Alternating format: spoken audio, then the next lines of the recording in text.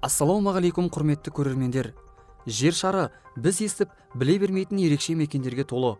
Солардың бірі өз тарихымен әрі орналасқан жермен үрей ұялататын аралдар. Назарларыңызға сол қорқынышты аралдардың 10 мекенін ұсынамын. Арнамызға тіркелмеген болсаңыз, подписаться мәзірін басып, қоңыраушаны қосып қойыңыз.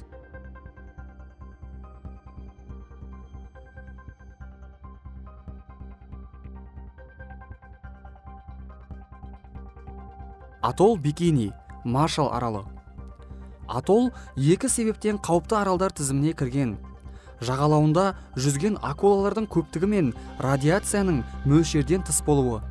1946-1958 жылдар аралығында аралда 10 шақты ядролық қару сыналып, ол толығымен жойылып кете жаздаған. 10 жылда атолл қалпына келсе де, әлі күнге дейін бұл мекенде радиация мөлшері шамадан тыс көрсеткіш көрсетіп тұр. Рамри, Бирма. Мьянма жағалауында орналасқан Рамри әлемдегі ең қауіпті орындардың бірі деген атауға гребнистый крокодил деп аталатын қолтырауындардың аралда көптеп шоғырлануы себепті еленген. Олардың жергілікті тұрғындар мен адасып келген туристерге шабуыл жасаған фактілері аралда көптеп тіркелген. Саба, Кариб теңізі. Аралдардың суреттеріне қарап, қалайша қорқынышты мекен қатарына кіргендерсіз. Бірақ ол аралдың жел соқпайтын жағы. Егер батыс жағына көз салсаңыз, бірден түсінесіз.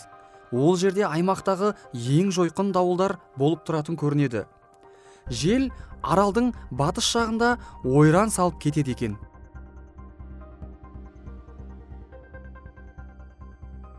Тувалу аралдары, Полинезия. Бұл аралдардың қаупі теңіз деңгейінің күрт көтерілуінде. Аралдағы жердің ең биік нүктесі теңіз деңгейінен небәрі 4,6 метр биіктікте орналасқан. Сол себепті уақыт өткен сайын Тувалу су асты аралдарына айналып бара жатыр.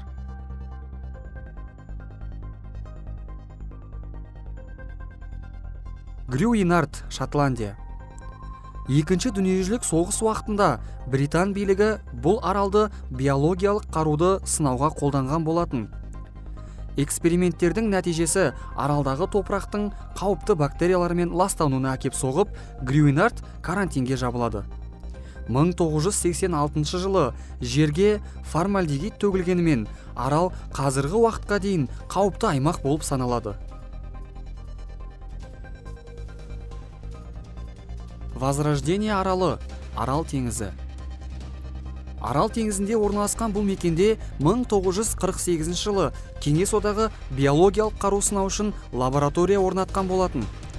Бұл аймақта Сібір жарасы, оба және басқа да қауіпті бактериялар сынақтан өтті. Қазіргі таңда лаборатория толығымен жұмысын тоқтатса да, бұл жер үрей тудыратыны жасырын емес.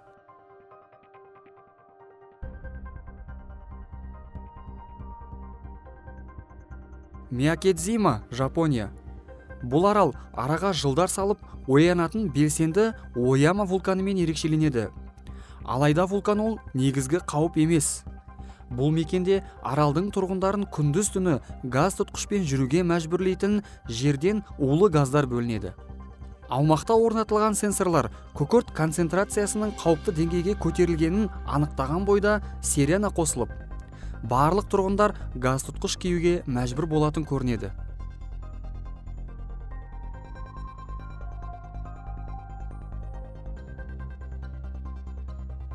Кеймада Гранди, Бразилия.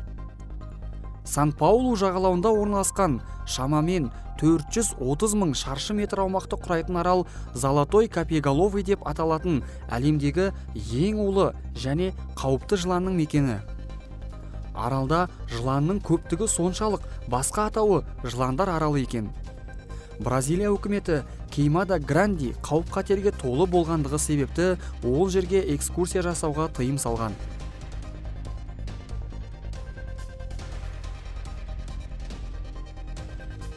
Фараллон аралдары, ақш. 1946-1958 1970 жылдары аралығында Сан-Франциско жағалауының айналасындағы теңіз радиоактивті қалдықтар тастайтын қоқыс ретінде пайдаланылды. Суасты жағалауында 200 литрлік 47,5 мың темір бөшкелер бар көрінеді. Бұл жердегі радиация мөлшерінің көптігі мен жағалауда жүзген ақ акулалардың тобыры аралды ең қауіпті мекендердің қатарына қосады.